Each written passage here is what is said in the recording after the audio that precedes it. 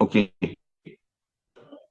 Tindakan-tindakan berkaitan dokumen-dokumen hak milik apabila tanah beri milik menjadi tanah kerajaan di bawah Seksyen 49 menurut Seksyen 382A. Pentadbir tanah hendaklah selepas dia berpuas hati bahawa tanah beri milik ataupun sebahagian daripada tanah beri milik telah menjadi tanah kerajaan.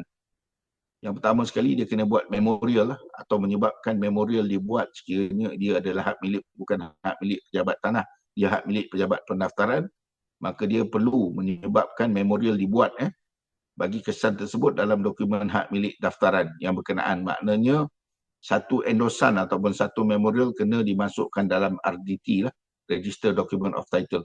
Kena ada satu ingatan ataupun memorial ataupun catatan dimasukkan dalam RDT. Setelah membuat memorial sebagaimana yang dinyatakan di bawah subsection 1 tadi, pendaftar di sini dia merujuk sama ada pendaftar di pejabat pendaftaran, pejabat PTG ataupun pendaftar di pejabat tanah bagi hak milik pejabat tanah, pentadbir tanah lah. Yang pertama, memaklumkan kepada tuan punya tanah mengenai memorial yang telah dibuat itu. Okay. Kemudian meminta dokumen hak milik keluaran dikemukakan kepadanya menurut Seksyen 15 melalui notis borang 2B dan membuat memorial yang sama ke atas dokumen hak milik keluaran atau dalam kes keseluruhan tanah menjadi tanah kerajaan, memusnahkan dokumen hak milik keluaran yang ada. Okey, baik. Kalau keseluruhan tanah dah jadi tanah kerajaan, maka tuan-tuan dan puan-puan, dokumen hak milik keluaran tu hendaklah dimusnahkan. Ya. Jadi tuan-tuan dan puan-puan, ini kita cerita tentang natural punya advance lah. Maknanya sungai ataupun laut mara secara semula jadi. Baik, next. Okay. Seterusnya, dalam keadaan keseluruhan tanah telah menjadi tanah kerajaan, apabila memorial di bawah subsection 1 tadi dibuat, maka dokumen hak milik keluaran yang ada dan telah dimusnahkan mengikut perenggan C subsection 2 tadi, hendaklah dianggap sebagai telah dibatalkan dan tiada apa-apa kemasukan boleh dibuat selepas itu ke dalamnya lah. Maknanya hak milik tersebut sudah tidak lagi berkuat kuasa lah apabila keseluruhan tanah telah menjadi tanah kerajaan. Baik, next.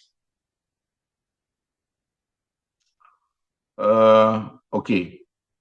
Tata cara berhubung tanah beri milik yang dihakis laut ataupun sungai, kita ada pekeliling Ketua Pengarah Tanah dan Galian Persekutuan. Sekejap.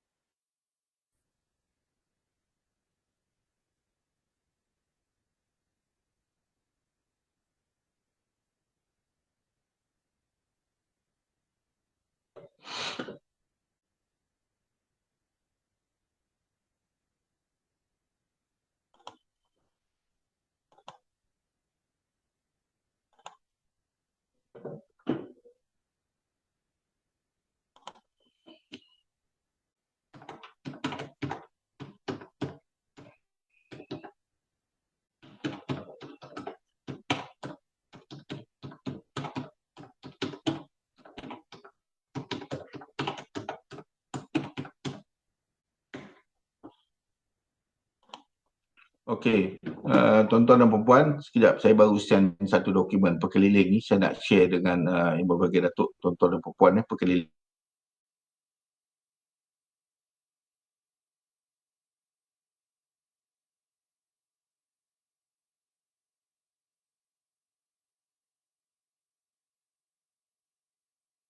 Perkeliling KPTG bilangan 3 juga share perkeliling tersebut.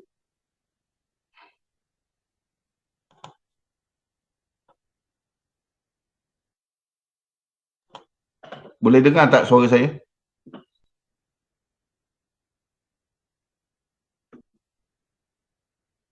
Okey, thank you.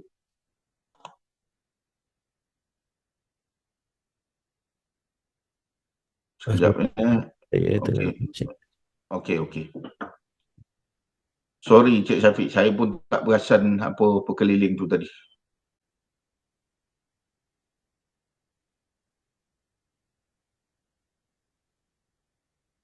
Okey. Ini perkeliling yang dikeluarkan oleh KPTG pada tahun 2008. Perkeliling ini adalah berkaitan dengan tata cara berhubung dengan tanah beri milik yang dihakis oleh laut atau sungai lah.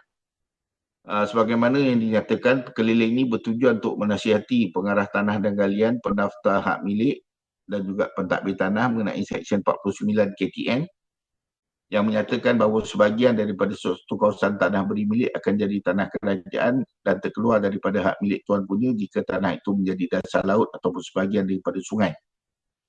Jadi pendaftar hak milik dan pentadbir tanah adalah bertanggungjawab untuk menjaga semua daftar-daftar hak milik supaya lengkap dan juga dikemaskini.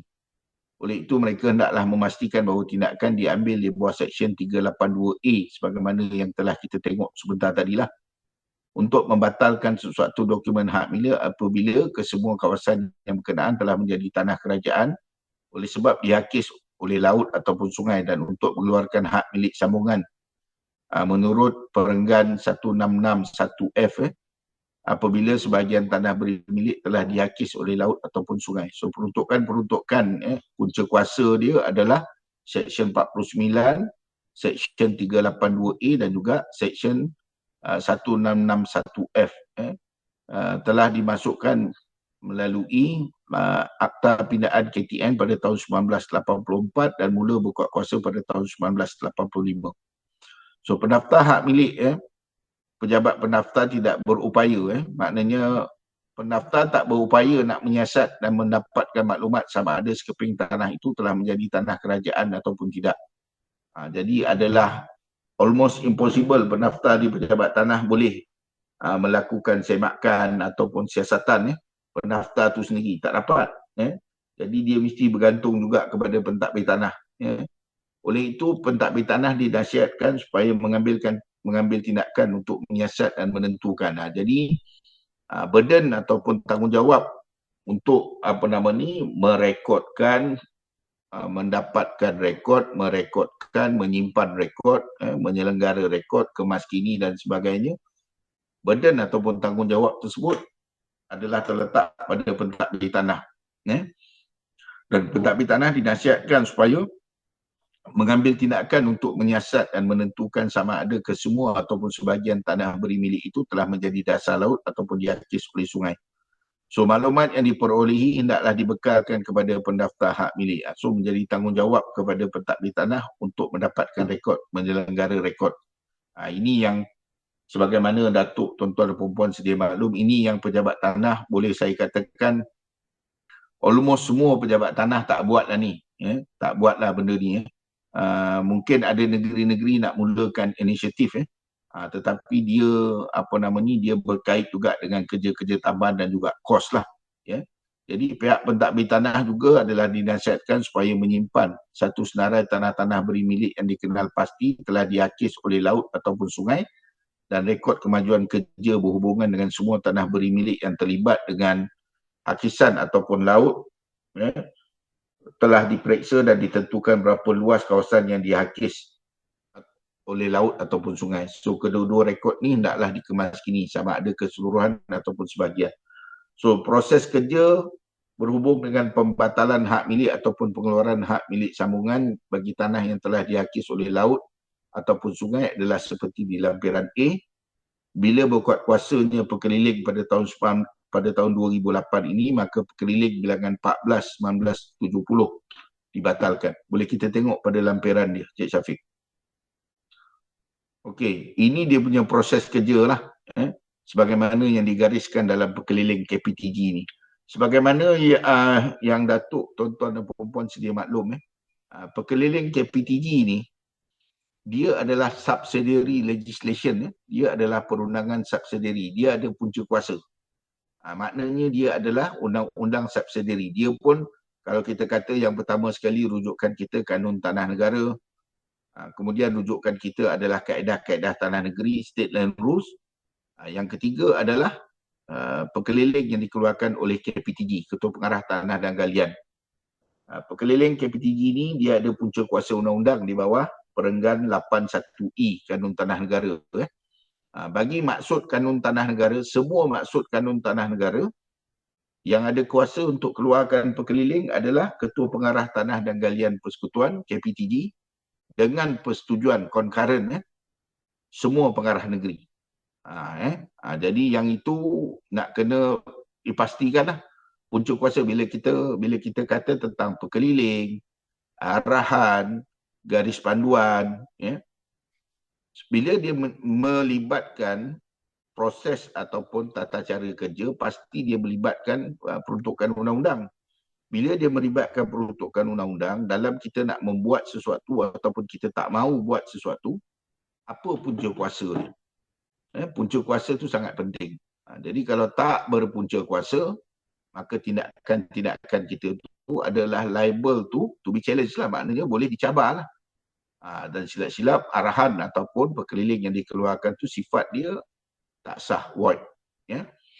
Jadi proses kerja hak milik sebagaimana yang dinyatakan di dalam Pekeliling bilangan 3 2008 ini, yang pertama, pentadbir tanah mengarah supaya dimasukkan butir-butir tanah yang dikenal pasti. Ini di pejabat tanah ni, pentadbir tanah mengarahkan siapa nak buat ni. Tak lain dan tak bukan settlement officers lah. Pegawai-pegawai pertempatan ataupun penolong-penolong pegawai tanah. Ini daripada segi apa yang telah digariskan. Mampu ataupun mereka mampu buat ataupun mereka buat ataupun tak buat, itu adalah perkara yang kedua, yang ketiga lah. Tetapi sebenarnya ini adalah tanggungjawab. Baik. Kemudian pentadbir tanah mengarahkan penolong pegawai tanah supaya menyiasat tanah dan menyediakan laporan. So apabila pentadbir tanah menerima laporan daripada penolong pegawai tanah ataupun settlement officer, jika tanah itu tidak dihakis oleh laut ataupun sungai, pentadbir tanah mengarahkan supaya catatan dibuat dalam senarai tanah beri milik, bahawa tanah tidak terlibat dengan hakisan laut ataupun sungai. B. Jika kesemua tanah telah dihakis, pentadbir tanah akan memasukkan satu memorial dalam dokumen hak milik daftaran komputer DHDK menyatakan kesemua tanah telah dihakis oleh laut ataupun sungai dan telah menjadi tanah kerajaan.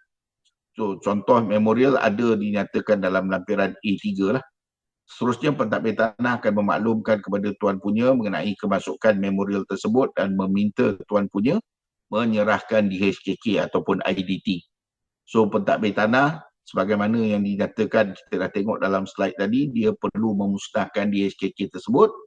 Kemudian pendaftar akan endorse dalam DHDK, akan buat catatan dalam dokumen hak milik daftaran ataupun RDT bahawa DHKK juga telah dimusnahkan. So, contoh memorial adalah di butiran 3 dalam lampiran A3. Baik. Ini bagi tanah yang telah terhakis keseluruhannya. C. Jika hanya sebahagian tanah telah dihakis, pentadbir tanah akan endorse satu memorial dalam DHDK bahawa sebahagian tanah telah dihakis oleh laut ataupun sungai dan telah menjadi tanah kerajaan. Contoh memorial seperti di butiran 2 dalam lampiran A3. Butiran 1, tuan-tuan dan perempuan, tanah tak terlibat. Butiran 3 terhakis keseluruhannya. Butiran 2 terhakis sebahagiannya. Jika DHKK dikemukakan dalam tempoh yang diberikan, memorial yang sama sebagaimana yang dibuat dalam DHDK akan dibuat dalam DHKK. So pentadbir tanah dinasihatkan untuk ambil tindakan untuk memanggil untuk mendapatkan DSKK ini menurut perenggan 15.1E KTN lah. Ya. Sebab dia bila tak patuh kepada arahan ni, sebagaimana yang diarahkan oleh pendaftar menurut perenggan 15.1E ini pun sebenarnya merupakan satu kesalahan yang boleh diambil tindakan. Tetapi isunya adalah bila pentadbir tanah kemukakan notis borang 2B ni sebagaimana yang dinyatakan di bawah perenggan 15.1E ni, bila notis tu tak dipatuhi, maka pendaftar pun berdiam diri saja. Dah panggil, kita dah hantar notis 2B tapi tuan punya tanah tak nak bagi kerjasama, pejabat tanah ataupun pendaftar pun tak ambil tindakan lanjut. Sepatutnya boleh ambil tindakan penguatkuasaan lah, sebab dia merupakan satu kesalahan. Satu kesalahan. Kalau kita tengok di bawah section, sekejap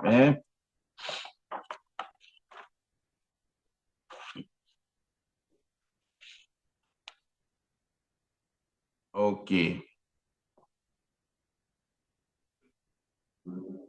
Mana-mana orang yang tak mematuhi section 15 ni, dia merupakan satu kesalahan. Notis 2B.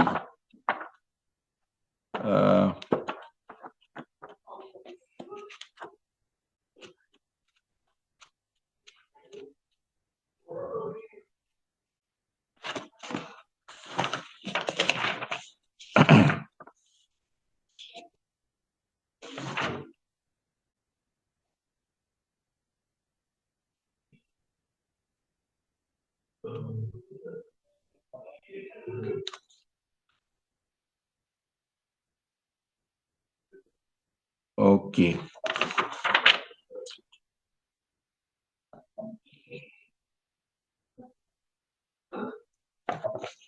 Kalau kita tengok notis 2B, 1E, 15.1E, by a notice in form 2B require any person or body to produce the issue document or title for the purpose of standardization and take copies extract from such document. Tetapi maknanya dia tak boleh memaksa lah. Bukan dia tak boleh memaksa kalau orang tu sendiri memang dia tak ada. Dia tak ada ataupun dia tidak boleh dipaksa, benda tu tak ada dalam jagaan dia. Provided that no person or body shall be compelled by virtue of this paragraph to produce any document which he could not be compelled to produce on the trial of a suit. Maknanya tu kalau dalam perbicaraan lah. Kalau pendaftar hantar serve notice ni tetapi tidak dipatuhi, maka pendaftar pun senyap je lah. Dia pun tak ada ambil apa-apa tindakan. Sebab tuan-tuan dan puan-puan, tugas pendaftar dekat situ dia bagi notis saja, tetapi kalau tak diberikan tak diberikan kerjasama, maka pendaftar pun senyap aja. Jadi yang paling penting sekali dekat sini kita tengok bahawa yang paling penting adalah memastikan bahawa nota ataupun memorial tu dimasukkan dalam dokumen hak milik daftaran ataupun RDT. Itu yang paling penting sekali lah. Baik. Kemudian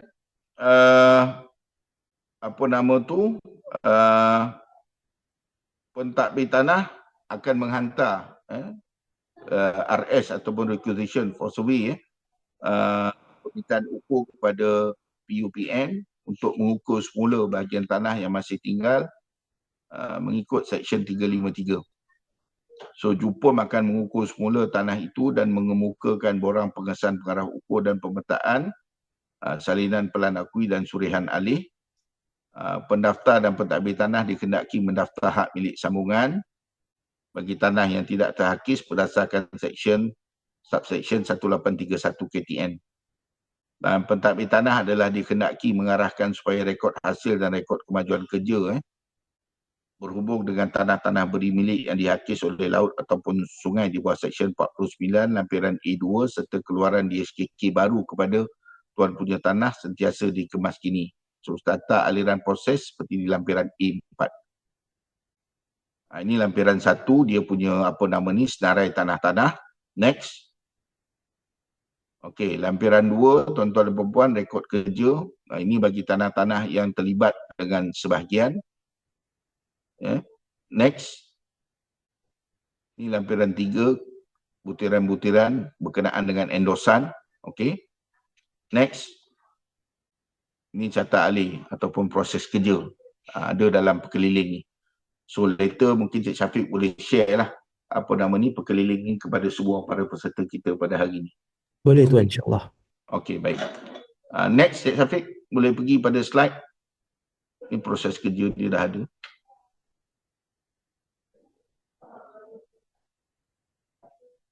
Okay. Dah habis Cik Syafiq?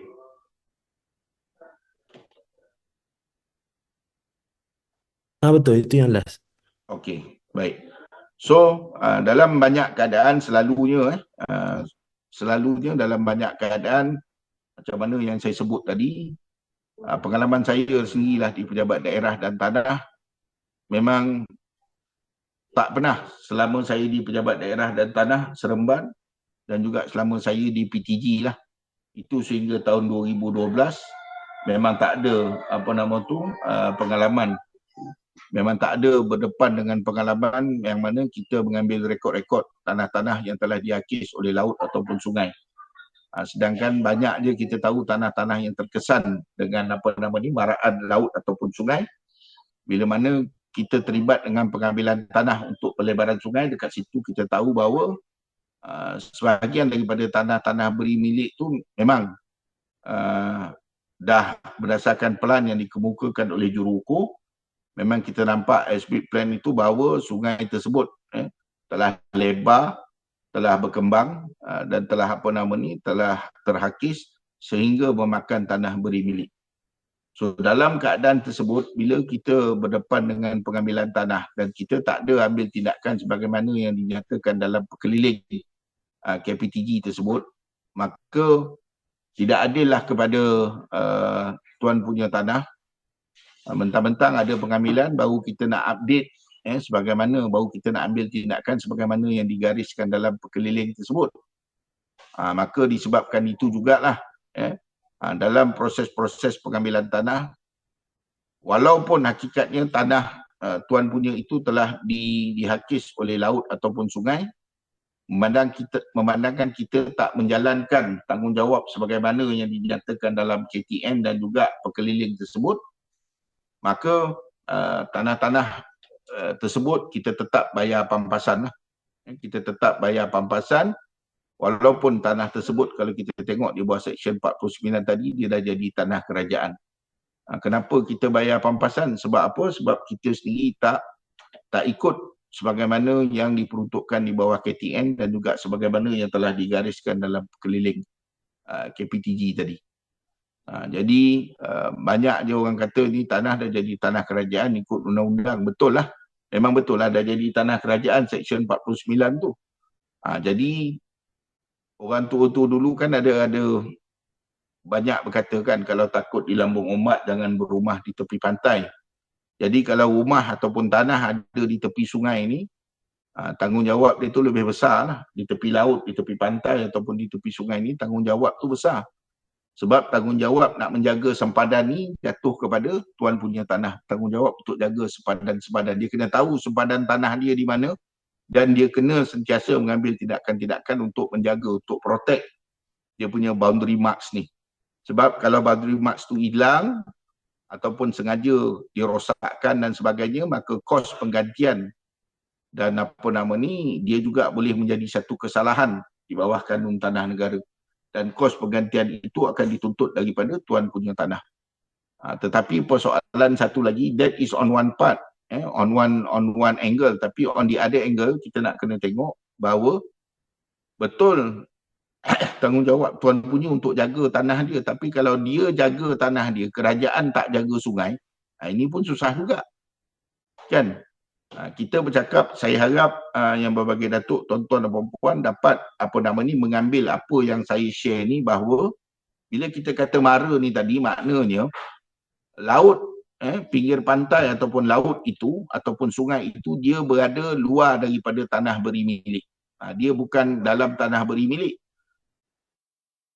Kalau tanah beri milik dalamnya ada laut ataupun tanah beri milik dalam dia ada sungai, itu bukan maraan. Itu dah memang sungai itu ataupun dasar laut itu ataupun pinggir pantai itu adalah sebahagian daripada tanah yang telah diberi milik, itu lain.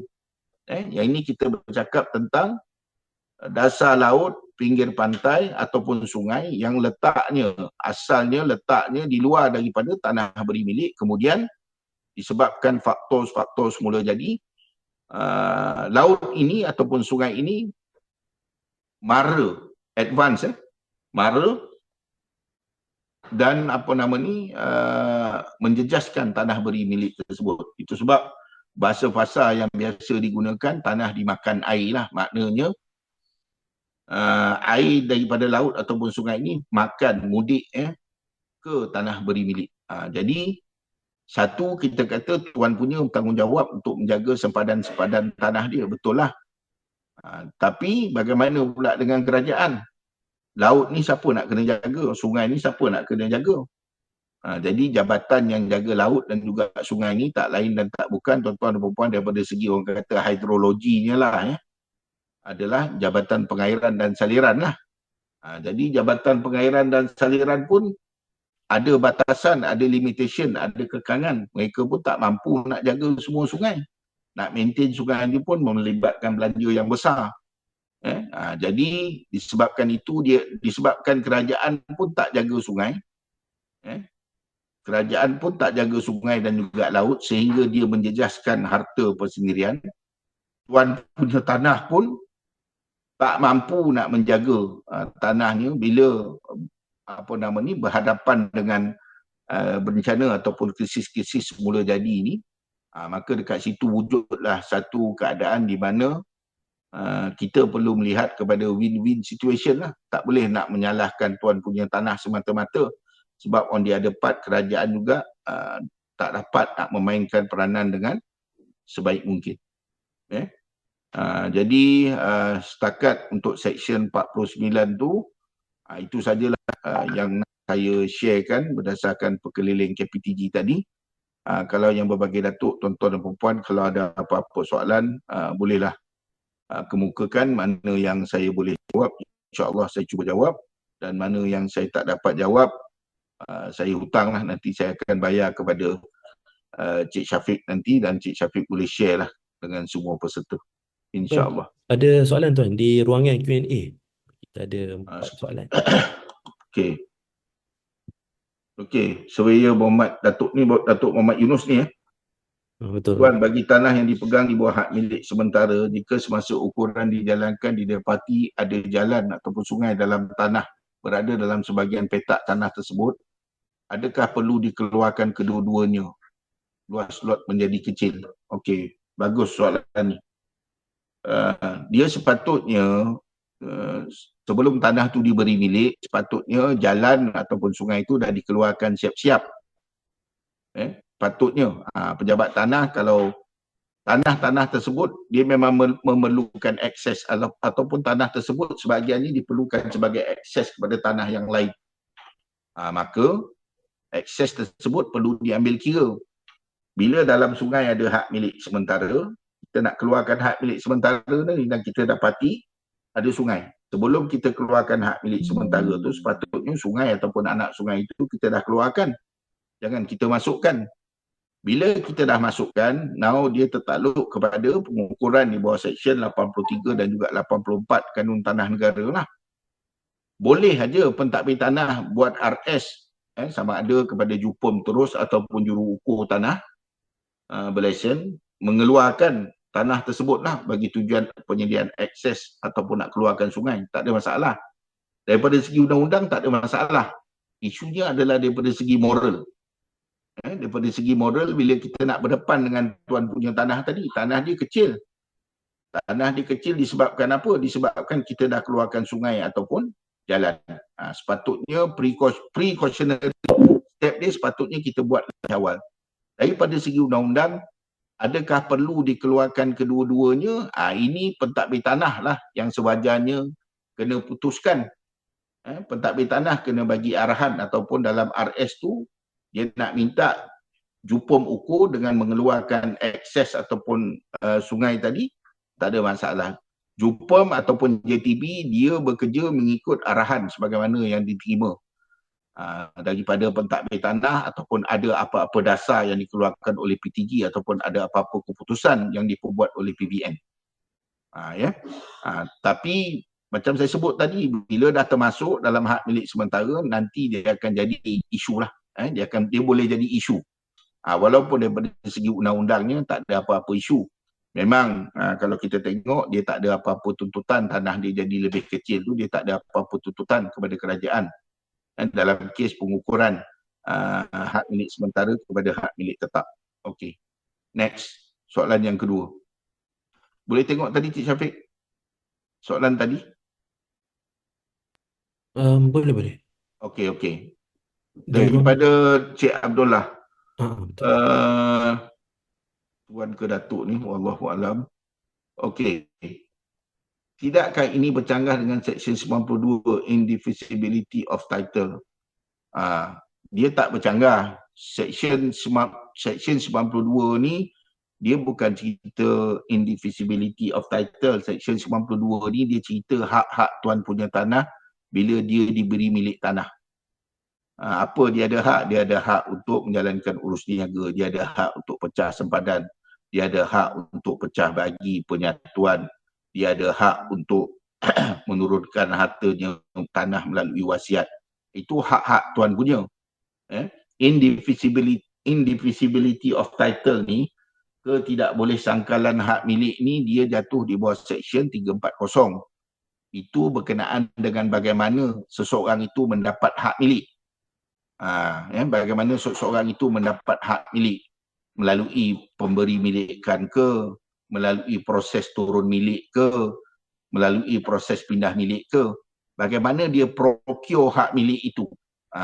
Dekat situlah bergantungnya indivisibility of title ni. Dia tak ada kena-mengena dengan kesan pada Seksyen 49 ni. Dia tak ada kena-mengena. Okey. Semasa bertugas di Kedah, terdapat kes pemilik tanah daerah Yan menuntut pampasan bila kerajaan bercedang untuk buat projek petrokimia di tepi laut walaupun banyak lot telah terhakis. Adakah pemilik mempunyai asas tuntutan pampasan? Yang ini tadi Datuk saya dah jawab lah. Datuk Muhammad Yunus saya dah jawab tadi. So pada pandangan saya macam yang saya sebut tadi, kenapa mereka ni layak kepada pampasan? Sebab saya kata tadi, kerajaan pun apa kerajaan buat untuk memastikan laut ataupun sungai ini tidak menghakis tanah beri milik? Takkan kerajaan kata tak apa, kita dah bagi milik tanah ni tepi sungai, laut tu kita tak payah jaga, biar je. Laut sungai tu biar dia mara, biar dia bawa kesan, lagi bagus sebenarnya kita biarkan sebab kita boleh dapat tanah-tanah orang ni secara free. Adakah kerajaan nak buat macam tu? Saya tak fikir kerajaan boleh bertindak sebegitu. Sebab kerajaan juga mestilah bertanggungjawab. Dan bila kita cakap tentang tanggungjawab, orang yang pertama, pihak yang pertama sekali kena bertanggungjawab sebelum dia suruh orang lain bertanggungjawab adalah kerajaan lah.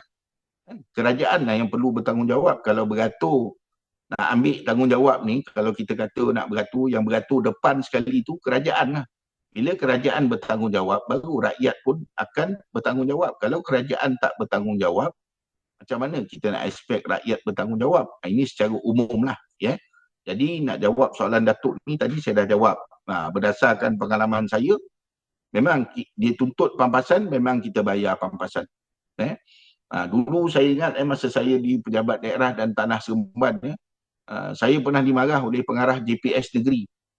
Dia kata ini tanah-tanah ni semua dah jadi tanah kerajaan ni.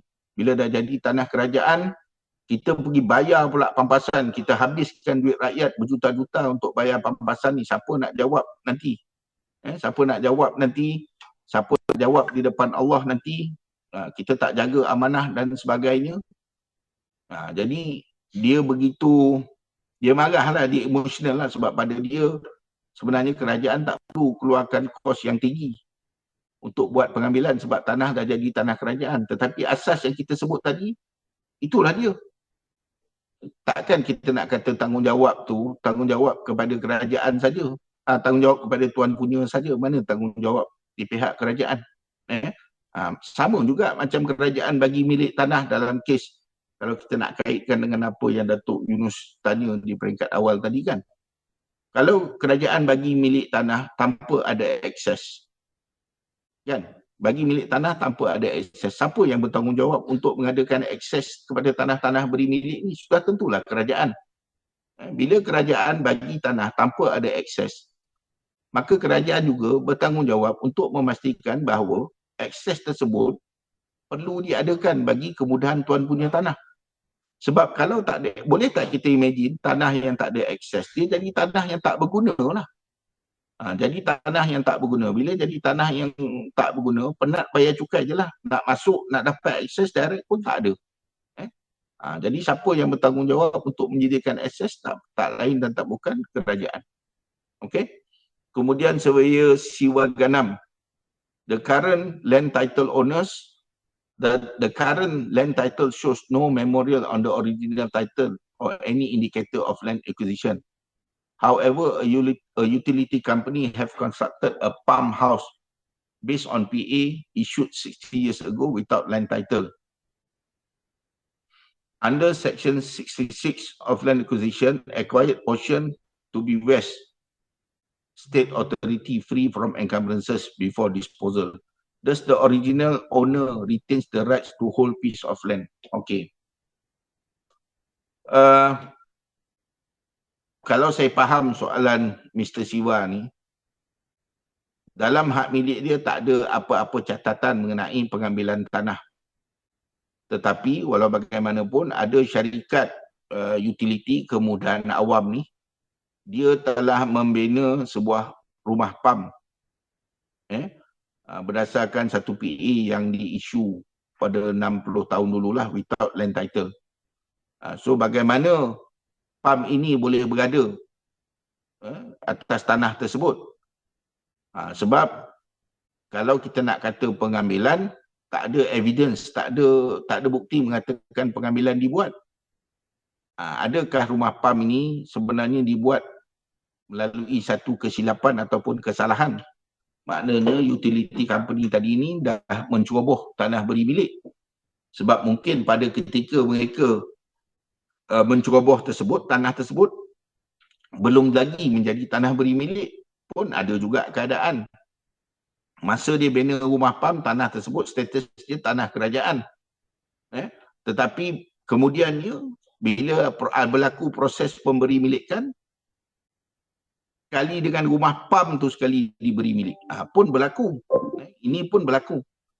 Jadi kena tengok punca bagaimana rumah pam ni boleh berada di atas tanah beri milik tersebut. We have to get to the root of the problem lah, Mr. Siwa.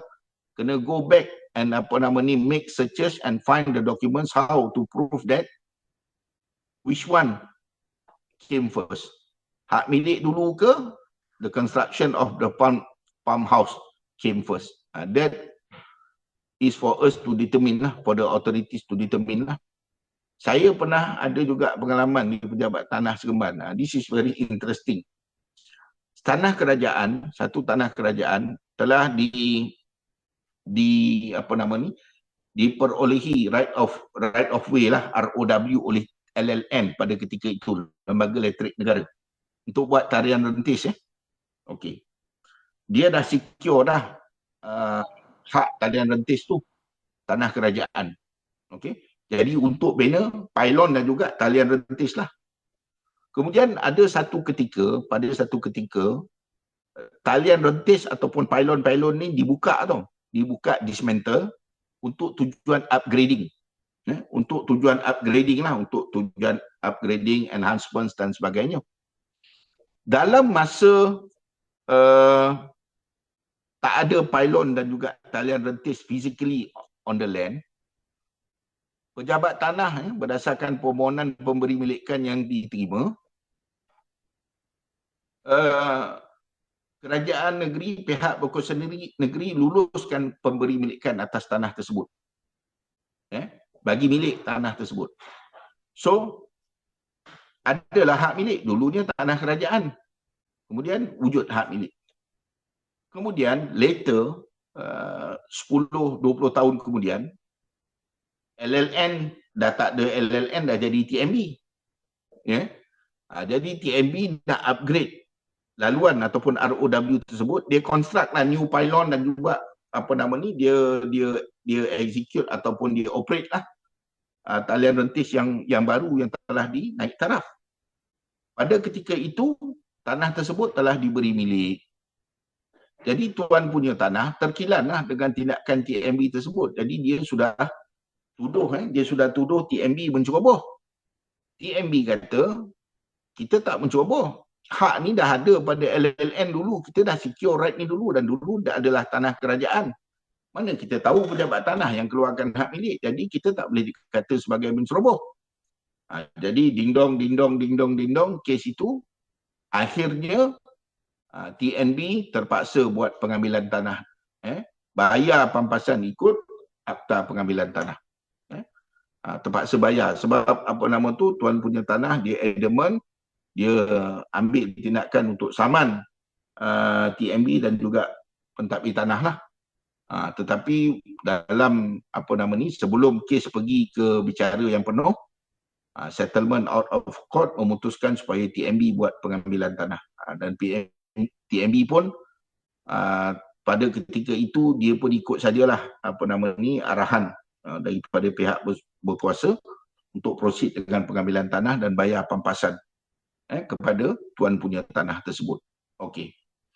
Next, Wan Zulkarnain. Boleh tengok soalan Wan Zulkarnain. Okey. Dalam situasi di mana pergerakan hakisan ataupun maraan tebing sungai telah berlaku, tuan tanah membuat benteng menambak semula lot tersebut. Adakah ini membenarkan? Pada saya, ya. Dia dibenarkan. Sebab macam yang saya sebut tadilah, tuan punya tanah bertanggungjawab untuk jaga tanah dan juga sempadan tanah dia. Sehingga tindakan diambil oleh pihak berkuasa, dia boleh aja jaga tanah dia. Orang kata ambil langkah-langkah penjagaan dan juga langkah-langkah pembaikan. Boleh. Dibenarkan.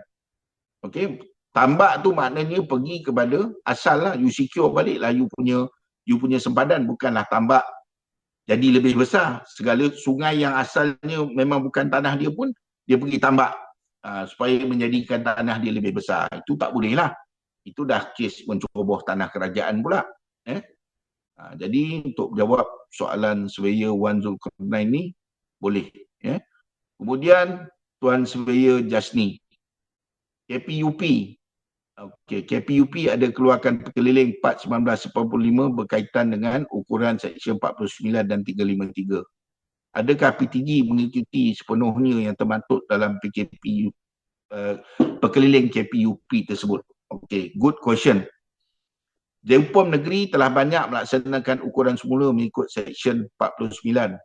Hak milik baru perlu dikeluarkan setelah ukuran dilaksanakan. Betul. Mengikut tuan, adakah PTG pentadbir tanah telah mengeluarkan hak milik baru sepenuhnya? Okey. Bila JUPOM ukur ni, soalan nombor 2 ni, Seksyen 353, kos, berkenaan dengan kos ni, dia memang kalau kita baca Seksyen 353, kos akan ditanggung oleh kerajaan. Tak boleh kos pengukuran baki tanah dia akan ditanggung oleh kerajaan, tak boleh nak tuntut daripada tuan punya lah. Soalan nombor 2 ni, bila JUPOM ukur, JUPOM takkan pandai-pandai saja-saja pergi ukur macam JUPOM tak ada kerja. Tak. JUPOM ukur mesti berdasarkan permintaan ukur daripada autoriti. Siapa autoriti dia? In most circumstances, pentadbir tanah lah. Bila pentadbir tanah minta JUPOM ukur, maka bila JUPOM dah ukur, dah ada PA dan dah ada B1, maka pendaftar dan pentadbir tanah berkewajipan untuk daftarkan hak milik sambungan lah. Itu sebagaimana yang dinyatakan dalam Pekeliling tadi. Macam mana pula pentadbir tanah ataupun pendaftar, you hantar PU, permintaan ukur kepada JUPOM, bila JUPOM dah buat kerja dia, dah ada PA, dah ada dah ada B1, pendaftaran hak milik sambungan pula tak dibuat. Itu tak proper lah. Itu maknanya tak proper. Maknanya buang masa JUPOM je lah tu. Okey. Soalan yang pertama, daripada surveyor Jasni? This is very good question sebenarnya. Saya nak bagi tahu sebenarnya orang pejabat tanah ni tak ramai yang tahu pasal pekeliling KPUP, Ketua Pengarah Ukur dan Pemetaan ni. Apa punca kuasa Ketua Pengarah Ukur dan Pemetaan keluarkan pekeliling ni? Di mana punca kuasa dia? Punca kuasa dia secara umumnya ada di seksyen 397 397 kalau tak silap saya, 397 Kanun Tanah Negara. KPUP dia ada tanggungjawab secara umum kepada semua PUPN. General Control, General Supervision. So JUPEM ni dia ambil seksyen 397 ni. JUPEM ambil seksyen 397 ni. Antara lain apa benda yang boleh dibuat di bawah seksyen 397 ni? Dia kata Ketua Pengarah Ukur dan Pemetaan boleh keluarkan garis panduan ataupun pekeliling. Nombor satu sekali nak beritahu bahawa pekeliling garis panduan yang dikeluarkan oleh Ketua Pengarah Ukur dan Pemetaan ni, dia adalah kepada ataupun terpakai kepada PUPN sahaja. Sama ada dia tu boleh terpakai oleh pentadbir tanah ataupun PTG ataupun pendaftar, itu perkara tu kita boleh kita tak boleh terima bulat-bulat. Apa maksud saya? Sebab dalam KTN, saya dah sebut tadi, dalam KTN punca kuasa keluarkan pekeliling ni hanya pada KPTG saja.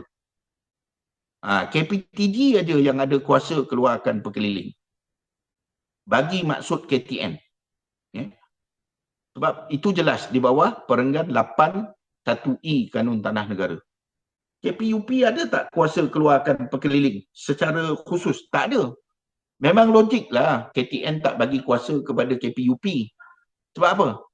Kan KPTG keluar satu pekeliling, KPUP keluar satu pekeliling, yang ini keluar pekeliling, yang itu keluar pekeliling, dia boleh jadi clash. Nampak tak? Dia tak ada keharmonian. Kan? Tetapi general control sebagaimana yang saya kata tadi di bawah seksyen 397 tadi, KPUP ada general control over PUPN. Tapi adakah itu terjumlah kepada punca kuasa KPUP untuk keluarkan pekeliling? Itu satu perkara yang perlu diteliti. Pada saya, kalau KPUP nak keluarkan pekeliling pun, betul KPUP bertanggungjawab kepada PUPN. Tetapi bila dia berkait dengan operasi KTN untuk memastikan supaya pejabat tanah tak bekerja dalam silo, JUPEM tak bekerja dalam silo, apa saja yang nak dikeluarkan oleh KPUP ni mesti merujuk kepada PBN, mesti mendapat kelulusan ataupun persetujuan daripada PBN. Sebab apa? KPUP dalam urusan mengeluarkan pekeliling, bila kita kata pekeliling per se, kena faham ni, pekeliling per se, dalam KTN punca kuasa dia hanya KPTG saja. Baik. So soalan surveyor Jasni ni, adakah pentadbir PTG ikut? Ikut ke tak ikut ni Tuan Surveyor, yang alert tu mungkin dia ikut lah. Tapi macam saya sebut tadilah, banyak je kami kat pejabat tanah ni, kami pun tak alert tentang pekeliling yang KPUP ni. Sebab apa? Sebab pekeliling KPUP ni bukan terpakai kepada pejabat tanah, dia terpakai kepada PUPN. Jadi dekat situlah saya kata tadi, berkemungkinan kita sama-sama kerajaan ni, pejabat tanah dengan JUPEM ni, ada pula insiden kita sama-sama berlaga pula. Pejabat tanah kata JUPEM tak ikut pejabat tanah, JUPEM kata pejabat tanah tak ikut JUPEM. Jadi gajah sama gajah berjuang, yang jadi mangsa tengah-tengah tuan punya tanah. Jadi saya harap saya jawab soalan Tuan Surveyor Jasni.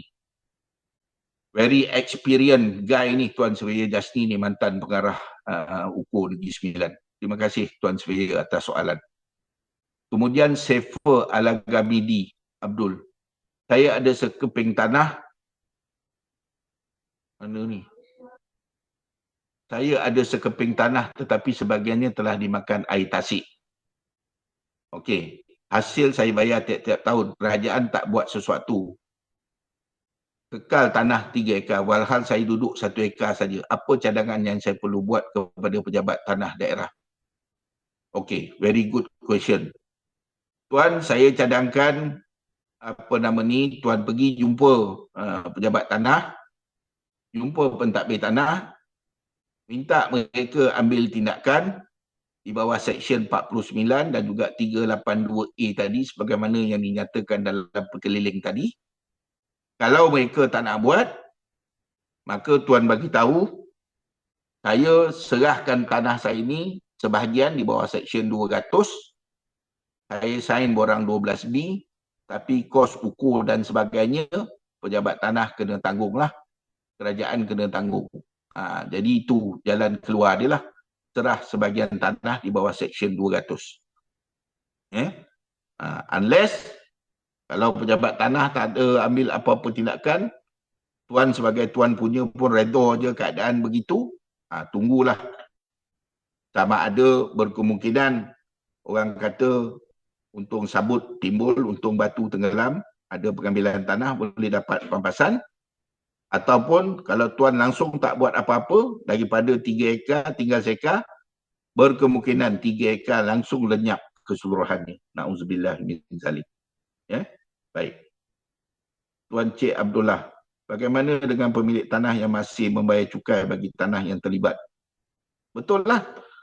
Sebab bila tak ada memorial, bila tak ada tindakan, memanglah cukai tanah dibayar lebih. Macam Tuan Sefer tadi, dia tahu tanah dia dah 2 ekar, dah habis dah dimakan air. Dia tahu. Ramai je tuan punya tanah tak sedar pun tanah dia dimakan air. Sebab mungkin dia tak duduk dekat situ, tanah saja ada. Dia bayar, tugas dia bayar cukai je. Bila dia nak tahu tanah dia dimakan air ke tak, bila dia dah pension, bila satu masa orang nak usahakan tanah dia ataupun dia nak balik, nak usul duduk di kampung sebagainya, baru dia sedar rupanya tanah dia tu dah tak ada. Jadi, bagaimana pemilik tanah masih bayar cukai? Dia bayar cukai atas hak milik. Sehingga ada apa-apa endosan memorial diambil, cukai tetap dikira penuh sebab tindakan tadi tak dibuat oleh pihak berkuasa. So dekat sini, cukai terima tetapi nikmat tanah dah tak ada. Sama-sama kena ambil tindakan. Tak adil lah aku bayar cukai yang penuh sedangkan tanah makin kecil. Di peringkat kerajaan pula, macam mana you boleh terima cukai yang penuh sedangkan you tahu bahawa tanah tersebut sudah semakin kecil ataupun sudah terhakis. Baik. Okey. Suraya Ahmad Azmi. Tuan, apabila tuan tanah menyedari tanah telah kurang akibat maraan sungai. Apabila tuan tanah menyedari tanah telah kurang akibat maraan sungai, bolehkah tuan tanah membuat tambakan untuk kekalkan keluasan? Ini saya dah jawab tadi, boleh. Okey. Boleh sekadar balik-balik kepada keadaan asal lah. Jangan sampai orang kata pergi tambak tanah kerajaan pula yang bukan dalam lingkungan tanah kita tu, tak bolehlah kita nak tambak. Itu dah kita dah berkemungkinan kita dah kacau ganggu tanah kerajaan, dah kacau ganggu laut, kacau ganggu sungai pula. Silap-silap boleh jadi satu kesalahan pula di bawah enactment air ataupun akta air. Baik. Suraya Ahmad Aznan. Jika anak sungai lebih kurang 1-2 meter melintasi lot yang ada hak milik kekal, adakah anak sungai tersebut menjadi tanah kerajaan dan perlu disediakan reserve? Okey. Dia melintasi ni maksud dia melintasi ni memang dah ada, kemudian diberi milik, ataupun dia lintasi kemudian. Kalau dia lintasi kemudian, berkemungkinan dia mara lah. Sungai itu mara. Itu satu part. Okay. On the other part, mungkin tanah tu dah ada dah. 1-2 meter sungai dah memang ada dalam tanah tersebut. Kemudian bila proses pemberi milikan, sungai-sungai itu sendiri, sungai-sungai itu sekali diberi milik. Termasuk dalam lot yang telah diukur. Macam soalan Tuan Suraya ni. Adakah sungai tersebut menjadi tanah kerajaan? Dia bergantung kepada keadaan. Yang mana satu. Kalau dia menjadi kerajaan akibat maraan, maka dia ada proses di bawah Seksyen 382 tadi yang kita tengok tadilah. Tapi kalau dia dah memang ada dalam tanah beri milik. Memang tanah tu banyak dia, tanah desa, kawasan desa, country land, banyak dia tanah yang memang ada sungai macam yang ditanya oleh Tuan Ahmad Aznan ni. Memang ada orang kata ada anak sungai, ada swirl, ada macam terusan, orang Negeri Sembilan panggil macam bonda, dalam tanah beri milik. Sebab punca-punca air ini memang sangat penting bagi tanah-tanah pertanian ni. Jadi kalau sungai itu memang dah ada dalam tanah beri milik, kecuali tuan memang nak keluarkan tanah tersebut, tak perlu tuan, sungai tersebut biar je dalam tanah tersebut, tak ada masalah. Tak perlu nak disediakan reserve. Tapi kalau tuan nak keluarkan, by all means, tak ada masalah. Tetapi kena bincang dengan pejabat tanah, siapa pula nak tanggung kos ukur tu. Bila lalu tengah-tengah, tanah akan terpecah dua, akan ada severance. Daripada satu hak milik, bila keluar hak milik sambungan, akan keluar dua hak milik. Kos pendaftaran hak milik, siapa nak tanggung? Yang paling mahal sekali, kos ukur tu siapa nak tanggung? Baik, itu kena tentukanlah. Soalan Muhammad, Tuan Surveyor Muhammad Amirul Firdaus, boleh tak pemilik tanah cadang untuk membina rumah pusat peranginan atas tanahnya yang telah dinaiki air laut, dan garis panduan dan garis pantai yang telah melangkau tanahnya yang berhampiran dengan pantai? Okey. Tanah dia dah dimakan air, dah jadi laut ataupun dah jadi sungai. Dia nak buat pusat peranginan. Ini memang luar kotak punya soalan ni. First time orang tanya saya soalan macam ni. Boleh tak? Okey. Agak-agak kalau pergi serah diri kepada pejabat tanah ni, agak-agak pejabat tanah nak buat apa ni? Dia nak meraihkan tuan ke, ataupun dia nak suruh tuan ukur dan juga keluarkan garis laut ataupun garis pantai yang telah memasuki tanah tersebut. Pada saya, bila keadaan macam ni, yang paling penting sekali, tuan kena secure tuan punya sempadan. Tuan kena secure luas ataupun kawasan tanah tuan. Tak timbul isu nak bina rumah pusat peranginan. Kalaulah tuan cadang, tak apalah.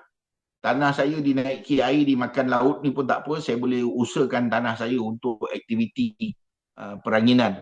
Dan otoriti benarkan pula, itu memang saya nak kata bahawa rezeki yang tak disangka-sangka lah. Rezeki yang tak disangka-sangka. Memang orang kata agak magic jugalah kalau otoriti boleh benarkan. Rezeki yang tak disangka-sangka. Okay? Very good question ni. Soalan di luar kotak. First time saya dapat soalan macam ni. Okay. Terima kasih Tuan Surveyor Amirul. Anonymous attendee. Tuan Jaya, bolehkah pemilik asal tanah yang telah terhakis oleh laut mohon bantu tanah yang telah terhakis kiranya wujud kembali tanah yang terhakis itu akibat penambakan semula jadi? Isunya adalah pengukuran tadi berlaku ataupun tidak. Kalau pengukuran tu tak berlaku, pengukuran semula tu tak berlaku, maka tak ada isu cerita tentang dia jadi tanah kerajaan tadi. Walaupun undang-undang say so, the fact that bila dia wujud balik, apa yang penting pada saya adalah tuan punya tanah kena secure tanah dia dan pastikan batu-batu sempadan sekiranya rosak ataupun hilang itu diletakkan ataupun dipasang balik sebagai kawasan yang ditandakan. Maknanya untuk protect, untuk memastikan ataupun untuk confirm bahawa itu adalah keluasan tanah yang telah diberi milik. Dia tak ada isu. Isu nak diberi milik semula ni sekiranya otoriti dah ambil tindakan tadi. Dah keluarkan, dah memang confirm, endosan, memorial semua dah masuk dah ikut berkeliling tadi. Dah confirm jadi tanah kerajaan, kemudian nak mohon. Kalau itu berlaku, nak mohon boleh aja nak mohon. Lulus ataupun tidak, itu di luar bidang kuasa kita lah. But I would say dalam keadaan tersebut, very unlikely lah untuk pihak berkuasa luluskan kepada kita. Very unlikely. Bukan nak kata langsung tak boleh, tak. Very unlikely.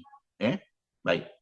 Kemudian Tuan Surveyor Cik Abdullah, Federal Constitution right to property menyatakan no person shall be deprived of property save in accordance with law, and no law shall be deprived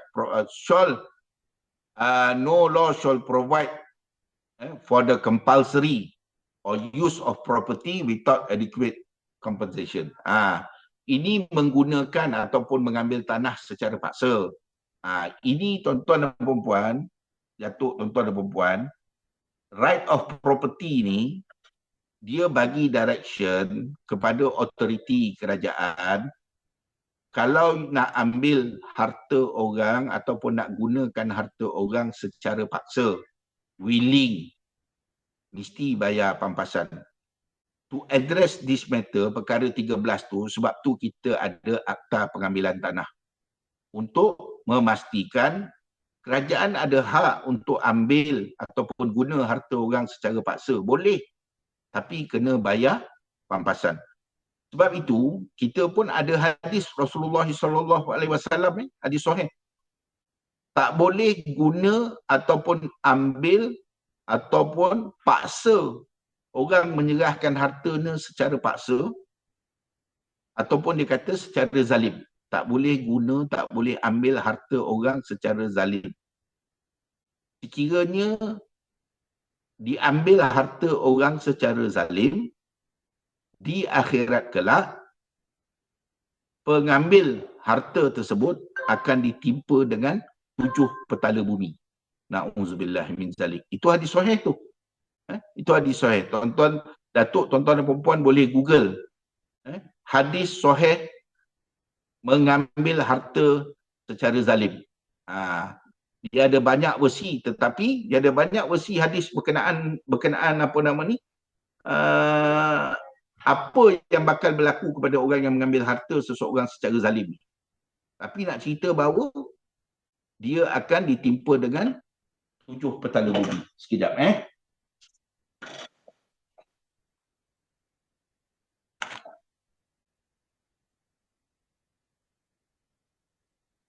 Okey. Sekejap.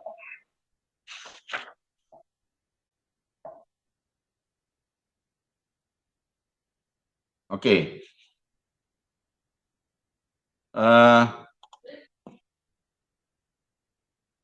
Ni nampak koleksi hadis Rasulullah SAW berkaitan pentadbiran dan pengurusan tanah.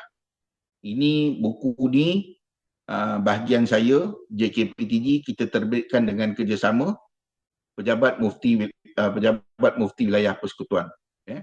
Baik. Dalam hadis yang ketiga, mafhumnya, sesiapa yang mengambil sedikit saja tanah yang bukan dari haknya dengan cara yang tidak dibenarkan oleh syarak, maka dia akan dibenamkan ke dalam tanah tersebut pada hari kiamat sehingga 7 lapisan bumi. Hadis riwayat Al-Bukhari. Man akhaza minal ard syai'an bighairi haqqih khusifa bihi yaumal qiyamah ila sab'i ardin. Jadi memang tak boleh mengambil harta orang, menggunakan harta orang secara paksa. Dalam konteks Seksyen 49 ni, dia bukan berlaku secara paksa. Kita kata tadi, apa yang berlaku di bawah Seksyen 49 ni dia natural. Maraan air itu secara natural. Itu sebab saya sebut tadi, bila kita nak menghukum kesan daripada Seksyen 49 ni, kita nak kata automatik jadi tanah kerajaan, tak perlu bayar pampasan. Itu saya sebut tadi. Betul, sebahagiannya tanggungjawab tuan punya tanah kena jagalah tanah dia supaya tak terjejas akibat hakisan laut ataupun sungai. Betul. Tapi sebahagian lagi nak memastikan laut ataupun sungai ini tak menjadi tak menjejaskan, tak mendatangkan mudarat, tak mendatangkan bahaya kepada harta orang. Itu tanggungjawab siapa? Kan? Itu tanggungjawab kerajaan. Jadi secantiknya tuan punya tanah ambil tanggungjawab, kerajaan pun ambil tanggungjawab. Kalau salah satu pihak tak ambil tanggungjawab, dekat situ maka kita perlu lihatlah pihak mana yang tak ambil tanggungjawab. Kalau dua-dua pun tak ambil tanggungjawab, maka benefit itu nak diberikan kepada siapa? Faedah itu. Faedah tu nak diberikan kepada siapa? Sebab itu JPS banyak buat projek rancangan tempatan banjir, banyak buat projek rancangan tempatan banjir. Bila dia kemukakan pelan pengambilan Warta Seksyen 4, Seksyen 8, kita tengok ada je tanah-tanah yang sebenarnya telah dimakan air ataupun telah dihakis oleh laut ataupun banyaknya sungai lah, rancangan tempatan banjir ni. Kita proceed juga dengan pengambilan, kita bayar pampasan. Walaupun hakikatnya sebahagian daripada tanah dia tu dah dimakan air, tapi kita tetap bayar pampasan. Sebab apa? Itulah antara soalan yang ditanya tadi. Walaupun tanah dia dimakan air, cukai tanah dia masih bayar macam biasa. Sebab apa? Sebab otoriti pentadbir tanah pendaftar tak menjalankan kewajipan sebagaimana yang disyaratkan dalam KTN dan sebagaimana yang dinyatakan di dalam perkeliling KPTG tadi. So dekat situ wujudlah win-win situation. So natural causes ni dia tak ada kena-mengena dengan perkara 13 tadilah. Perkara 13 tadi tu willingly. Kita memang willing, otoriti nak ambil, nak guna harta orang secara paksa, itu tak boleh.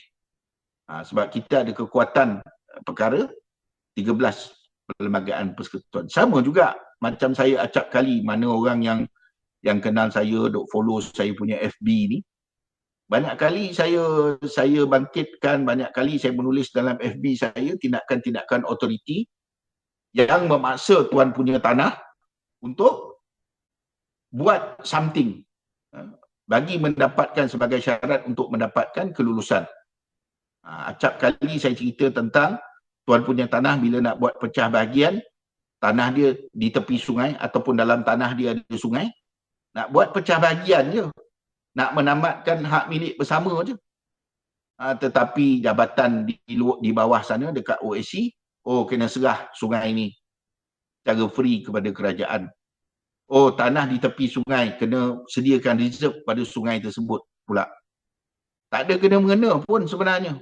Pecah bahagi dengan serah tanah secara free. Itu Tuan Cik Abdullah, itu sekiranya berlaku, memang dia berlawanan dengan perkara 13 perlembagaan persekutuan tadi. Itu benda yang sifatnya boleh dicabar. Tuan punya tanah tak tahu, yang berbagi datuk, tuan-tuan dan puan-puan sebagai learned person ni, sebagai profesional, kena advise dia orang. Jangan diikutkan buta-buta. Tak apalah, senang, biarlah, serah-serah je lah. Kan kalau tak serah kan tak lulus. Betul lah serah tak lulus. Tak serah tak lulus. Tapi hakikatnya, serahan itu sah ke tak? Minta syaratkan untuk diserahkan, wajib serah tu sah ke tak? Sebab dia langgar perkara 13 tu. Nak pecah bagi aja pun, nak pecah sempadan aja pun. Di mana dalam undang-undang kata kalau buat pecah sempadan, pecah bahagian, kena serah kena serah tanah secara paksa. Tak ada. Tak ada. Dalam JPS guna apa? Garis panduan. Garis panduan tu mana punca kuasa dia? Tak ada. JKR guna apa? JKR guna arahan teknik jalan. Dalam tu ada ke cerita suruh paksa orang serah tanah secara free? Tak ada. Ada undang-undang paksa orang serah tanah secara free? Tak ada. Sebab apa? Sebab ada perkara 13 tu. Dalam perlembagaan persekutuan tu dia ada sebut. Perkara keempat. The federal constitution is the supreme law of the country. Perlembagaan persekutuan ni adalah undang-undang tertinggi di negara ni. Mana-mana undang-undang yang diperbuat selepas merdeka, mana-mana undang-undang yang diperbuat selepas merdeka bertentangan dengan perlembagaan persekutuan, setakat bertentangan itu, setakat yang berlawanan itu hendaklah menjadi tidak sah. Sebab tak ada undang-undang boleh paksa orang serah tanah secara paksa. Tak ada. Undang-undang tak boleh buat peruntukan tu sebab dia berlawanan dengan perkara 13. Isu ataupun masalah kita adalah otoriti-otoriti ni di bawah sana, dia orang bermandai-mandai meletakkan syarat-syarat sebagai syarat-syarat kelulusan. Dan kita pula tuan punya tanah, kita ni naif. Kita pun tak tahu. Ikut je sebab kita dibagi tahu kalau tak ikutkan tak lulus. Serah pun tak apalah. Tak apa, ikutkan je. Jadi bila ikut, benda yang tak betul kita ikut, lama-lama benda yang tak betul itulah, since dia dah jadi ikutan, itulah dianggap benda betul. Bila dah lama benda yang salah, tetapi dah dibudayakan menjadi betul, nak buat benda yang betul kemudian nak perbetulkan tu dah jadi susah. Jadi pelik pula. Jadi pelik, jadi susah. Padahal selama-lama ni buat benda tak ada punca kuasa undang-undang, selamba je, tak ada masalah pun. Kenapa bila nak buat sesuatu dengan betul, nak timbul masalah pula? Itu masalah senario yang dihadapi di Malaysia ni. Jadi saya selalu, ramai je peguam, planner, jurukur tanah tanya saya. Semalam saya dapat soalan-soalan yang lebih kurang kisah memaksa ni. Ada dapat 2-3 soalan. Kebetulan pula semalam orang tanya saya. Saya bagi tahu macam mana saya bagi tahu hari ni lah. Jangan diikutkan. Tanya punca kuasa. Dia senangnya yang berbagai datuk, tuan-tuan dan puan-puan, to do or not to do, mesti berpunca kuasa. Kalau tak ada punca kuasa, maknanya tu memandai-mandai lah. Kesianlah kepada tuan punya. Dahlah dia lantik license surveyor, dia lantik consultant ni untuk bagi manfaat, untuk dapatkan apa yang dia nak. Bayar perkhidmatan profesional tu. Dapatlah, tetapi harta dia terjejas. Itu yang kita tak nak. Baik. Ada soalan lain? No more question. Nordin bin MD. Adakah tanah yang terhakis oleh air laut disebabkan oleh penambakan tanah di tempat lain berlaku perubahan kepada ekosistem yang menyebabkan berlakunya hakisan itu? Tuan tanah boleh menuntut ganti rugi atau pampasan? Boleh, tak ada masalah. Memang boleh. Tetapi burden of proof tu pada tuan punya tanah. Macam mana kita nak mengatakan bahawa kesan aktiviti lain di tempat lain tu memberi kesan kepada tanah kita? Besar belanja tu. Kena lantik konsultan untuk determine. Boleh tuntut. Melalui apa? Melalui saman sivil lah kepada pihak berkuasa. Melalui saman sivil. Nak tuntut boleh, tak ada masalah. Tetapi mesti ada pembuktian lah. So nak membuktikan itu, nak kena engage konsultan, nak kena engage engineer tu, nak menentukan tu, marine engineer dan sebagainya, wallahualam lah. Macam mana nak menentukan bahawa disebabkan tambakan itulah tanah saya ni terjejas, terhakis. Itu bukan mudah. Kos tu tinggi, berbaloi ataupun tak berbaloi. Tapi soalannya nak tuntut. Boleh tak nak tuntut? Boleh. Melalui tindakan saman sivil. Okey. Cik Syafiq, itu saja rasanya? Itu saja Tuan Jaya. Okey. Jadi bagi pihak pejuta, saya ingin mengucapkan ribuan terima kasih kepada Tuan Jaya bin Abu yang telah berkongsi ilmu pengukuran akibat kesan Seksyen 49 Kanun Tanah Negara dan menjawab segala soalan yang diajukan. Dan terima kasih juga kepada datuk-datuk, tuan-tuan, puan-puan yang sudi meluangkan masa untuk menyertai webinar hari ini. InsyaAllah datuk, tuan-puan, hari esok pada pukul 10 pagi kita akan mendengar sedikit pengkongsian mengenai wasiat dan hibah biar tahu jangan keliru. Semoga kita berjumpa lagi. Sekian, terima kasih. Terima kasih tuan. Cik Syafiq, Ya, saya tu. sebelum akhir ini saya nak mengucapkan banyak terima kasih kepada pejuta kerana bagi saya peluang untuk bersama-sama dengan para peserta pengikut webinar ni. Saya juga nak mengambil kesempatan ni untuk mengucapkan kepada yang Muslim terutamanya, dan untuk semoga kita terus dapat beribadat kelangsungan untuk menamatkan bulan Ramadan ini dengan jayanya dan menyambut Hari Raya Aidilfitri nanti. Dan kepada semua juga saya ucapkan terima kasih atas penyertaan dan juga soalan-soalan yang diberikan.